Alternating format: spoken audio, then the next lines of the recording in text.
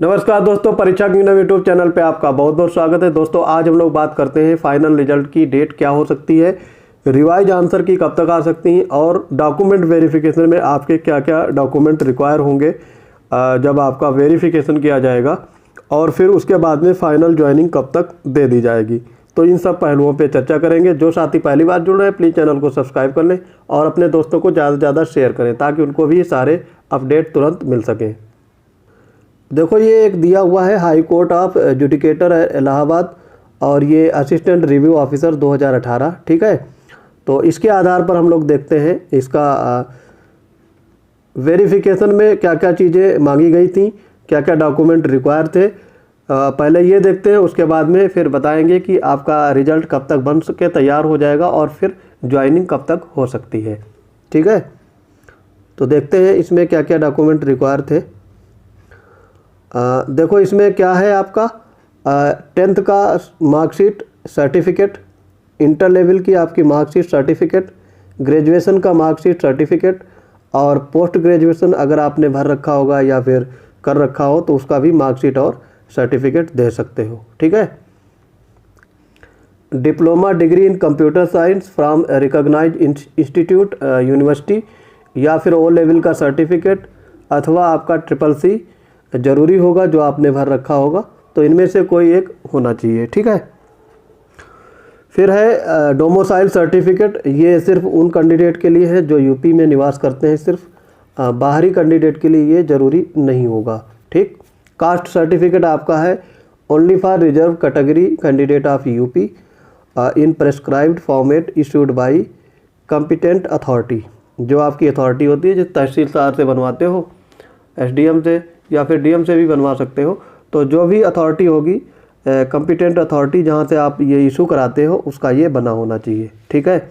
और फिर 8वां पॉइंट है आपका no objection certificate and relieving request.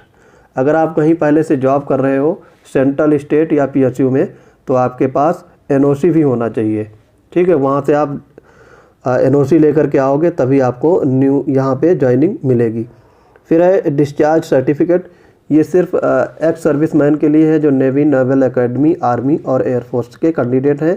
जो एक्स सर्विसमैन है उनके लिए ये ज़रूरी होगा, क्योंकि जब उनको सर्विस से डिस्चार्ज किया जाता है तो एक इनको NOC दी जाती है, एक सर्टिफिकेट मिलता है, वो यहाँ पे वेरिफिकेशन के समय दिखाना होगा। फिर है certificate in favour of sports person, sports person का सर्टिफिकेट अपना होगा, वो अपना शो करेंगे वहाँ पे। और फिर है इसमें disability certificate in favour of disabled person और identity card issued by competent authority. ID card में आपका आधार कार्ड या फिर आधार कार्ड के अलावा पैन नंबर लगा सकते हो या फिर वोटर ID का कार्ड भी चलेगा। इसमें ड्राइविंग लाइसेंस भी आप यूज कर सकते हो। तो इसमें से कोई एक होना चाहिए। तो जनरली आधार कार्ड सबके पास होता है तो वो आप अपना लगा सकते हो। अच्छा, इसमें एक चीज़ और बात करते हैं, जैसे जो कैंडिडेट थे रिजर्व कैटेगरी के, यहाँ पे एक पॉइंट है आपका कास्ट सर्टिफिकेट का। तो कास्ट सर्टिफिकेट में अगर आपका SC या ST कैंडिडेट थे, है ना, तो वो लोग कास्ट सर्टिफिकेट की कोई वैल्यू नहीं है, पुराना भी चल सकता है। लेकिन अगर OBC नॉन क्रीमी लेयर के कैंडिडेट होंगे तो उनके लिए ये सर्टिफिकेट 6 महीने के अंडर का या 1 साल के अंडर का बना होना चाहिए, ठीक है। क्योंकि इसमें इनकम हर बार बढ़ती घटती रहती है, तो उस हिसाब से आप तहसीलदार से OBC नॉन क्रीमी लेयर का सर्टिफिकेट जमा करोगे। और ध्यान रहे स्टेट लेवल का ही इसमें सर्टिफिकेट लगेगा, ठीक है। तो 2 certificate OBC non creamy layer में बनते हैं, एक सेंट्रल लेवल की जॉब के लिए और एक स्टेट लेवल की। तो आपको सिर्फ स्टेट लेवल की जॉब के वाला बनवाना के जमा करना होगा, ठीक है। अच्छा, इसमें एक चीज़ और बात करते हैं, अब इसका रिजल्ट कब तक आ सकता है। देखो आपकी आंसर की सबमिट हो चुकी है, जो आपने ऑब्जेक्शन किया था तो वो 17 तारीख को 11:50 तक आपका काम पूरा हो गया। उसके बाद में अब उन पे वर्क हो रहा होगा, आप चेक करी जाएंगी NTA के एक्सपर्ट के द्वारा और फिर उनको रिवाइज करके रिजल्ट के साथ पब्लिश किया जाएगा। तो आंसर की तभी शो होंगी जब आपका फाइनल रिजल्ट आएगा, ठीक है। तो रिजल्ट के साथ वो आंसर की अटैच करके दी जाएंगी। आंसर की आपकी पहले नहीं आने वाली है, रिवाइज आंसर की रिजल्ट के साथ ही आएंगी, ये आपके नोटिफिकेशन में दिया है। तो अब रिजल्ट कब तक आ सकता है? देखो, रिजल्ट को आने में 15 से 20 दिन आप ऐड कर सकते हो। तो 17 के हिसाब से आप फरवरी फर्स्ट वीक या सेकेंड वीक तक इसकी एक्सपेक्टेशन कर सकते हो रिजल्ट की। खासकर 10 या 12 तारीख में आपका रिजल्ट आ जाना चाहिए, 10 या 12 फरवरी तक। और रिजल्ट के आने के बाद में आपका 20 से 25 दिन में आपका वेरिफिकेशन होगा, डॉक्यूमेंट वेरिफिकेशन, जो हम लोग अभी चर्चा कर रहे थे। और ये सब होने के बाद में आपकी ज्वाइनिंग लगभग 15-20 दिन में कराई जाएगी। ठीक है, तो उसमें मेडिकल का सर्टिफिकेट बनवा के देना होगा। आपके जो डिस्ट्रिक्ट लेवल के हॉस्पिटल्स होते हैं सरकारी वाले, तो वहाँ से आप मेडिकल सर्टिफिकेट दोगे। फिटनेस कैरेक्टर सर्टिफिकेट भी इसमें मांगा जाता है, इसमें लिखा नहीं, लेकिन कैरेक्टर सर्टिफिकेट भी आपका ज़रूरी रहेगा। तो ये सारी चीज़ें हैं। तो आपका जो फाइनल रिजल्ट है वो सेकेंड वीक फरवरी में एक्सपेक्टेशन कर सकते हैं। इससे पहले अभी नहीं आने वाला है, क्योंकि अभी काम चल रहा होगा इसमें। देखो, इसमें क्या है, जैसे आपका जो रॉ स्कोर बनेगा, पहले जो रॉ मार्क्स आएंगे, जो रिवाइज करने के बाद बनेंगे। जैसे किसी शिफ्ट में 5 से 6 क्वेश्चन गलत थे, 7-8 क्वेश्चन गलत थे, तो वो सारे सही किए जाएंगे। तो वो आपके रॉ मार्क्स होंगे। जैसे एक मैं आपको एग्जांपल लेकर के बताता हूँ। जैसे 200 में किसी बंदे के 148 नंबर बन रहे थे, और उसमें से फिर 7 नंबर और बढ़ गए जो रिवाइज आंसर की के हिसाब से, तो उसका 155 नंबर बन गया। और उसके 48 नंबर मान लो टाइपिंग में मिल गए, 2 नंबर कम मिले टाइपिंग में, 50 में 48 मिले हैं। ठीक है, तो उसका 203 नंबर आ गया। तो 203 नंबर ये आपका हो गया रॉ स्कोर। अब 203 नंबर में देखो, टाइपिंग का नंबर बाद में ऐड होगा, पहले नॉर्मलाइज स्कोर निकाला जाएगा। तो 155 का नॉर्मलाइज स्कोर मान लो, उसके नॉर्मलाइजेशन में 4-5 नंबर बढ़ गए, तो आपका 160 हो गया। 160 में आपके 48 जोड़े जाएंगे, तो 208 नंबर बन गया। फिर इसका परसेंटाइल स्कोर बनाया जाएगा, जो NTA स्कोर होगा।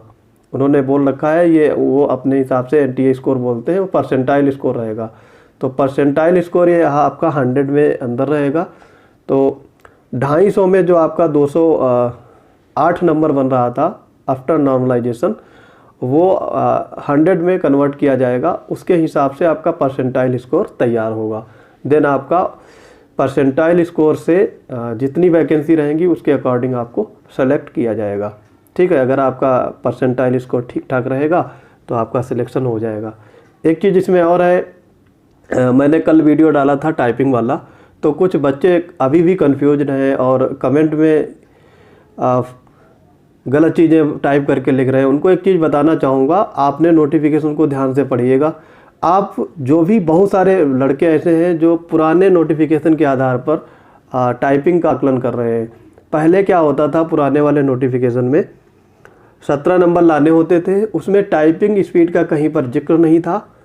तो वहाँ पे टाइपिंग करना होता था आपका, जो 500 शायद वर्ड होते थे, और उसको 15 मिनट में टाइप करना होता था। तो आपको 17 नंबर लाने हैं, उसमें आपकी स्पीड कितनी भी रहे, आपकी एक्यूरेसी के साथ 170 वर्ड आपको टाइप करने होते हैं। ठीक है, तो 170 अगर आप वर्ड टाइप कर लेंगे तो आपके 17 नंबर आ जाते। ये मैं बात कर रहा हूँ ARO 2018 की, जब इसका नोटिफिकेशन आया था। तो वो मेरे पास उसका नोटिफिकेशन का ये पड़ा हुआ था, मैंने सर्च किया तो खोजने में मिला है। तो वहाँ पे 17 नंबर आपके लाने कंपलसरी थे। यहाँ पे इन्होंने 25 कर रखा है, और इसमें इन्होंने 25 वर्ड पर मिनट की मिनिमम टाइपिंग रखी है। वहाँ पे ऐसा कुछ भी नहीं था। तो उस वाले नोटिफिकेशन में और इस नोटिफिकेशन में काफ़ी अंतर है। यहाँ पे आपकी 25 वर्ड पर मिनट टाइपिंग अनिवार्य है, और वहाँ पे उस नोटिफिकेशन में ऐसा कुछ नहीं लिखा था। वहाँ पे ये लिखा था कि आपके 17 यानी 170 करेक्ट वर्ड अगर आपने टाइप कर लिए, ठीक है, तो आपके 17 नंबर आ जाएंगे, आप टाइपिंग में क्वालिफाइंग माने जाओगे। और अगर आपने 500 वर्ड पूरे टाइप कर लिए 15 मिनट में, तो आपके 50 नंबर आ जाएंगे, एक्यूरेसी अगर 100% है तब। ठीक है, तो ज़्यादा कंफ्यूज मत होइएगा। उस वाले नोटिफिकेशन में और इस वाले नोटिफिकेशन में यही अंतर है टाइपिंग के, जहाँ तक बात करते हैं। तो जो लोग जिनका अच्छा स्कोर है और टाइपिंग में वो लोग पास हो जाएंगे, उनका एक नॉर्मलाइज स्कोर बनाने के बाद परसेंटाइल स्कोर बनाया जाएगा, और फिर उनको परसेंटाइल स्कोर के आधार पे उनका फाइनल रिजल्ट तैयार होगा। और उसमें अगर वो कट ऑफ में आ रहे हैं तो उनका फाइनल सिलेक्शन हो जाएगा और उसके बाद वेरिफिकेशन होगा। तो मैंने वेरिफिकेशन में जो जो डॉक्यूमेंट रिक्वायर होंगे वो सारे इसमें बता दिए हैं। ठीक है, तो दोस्तों पढ़ते रहिए, मिलते हैं अपने अगले इम्पॉर्टेंट अपडेट्स के साथ। तब तक के लिए जय हिंद।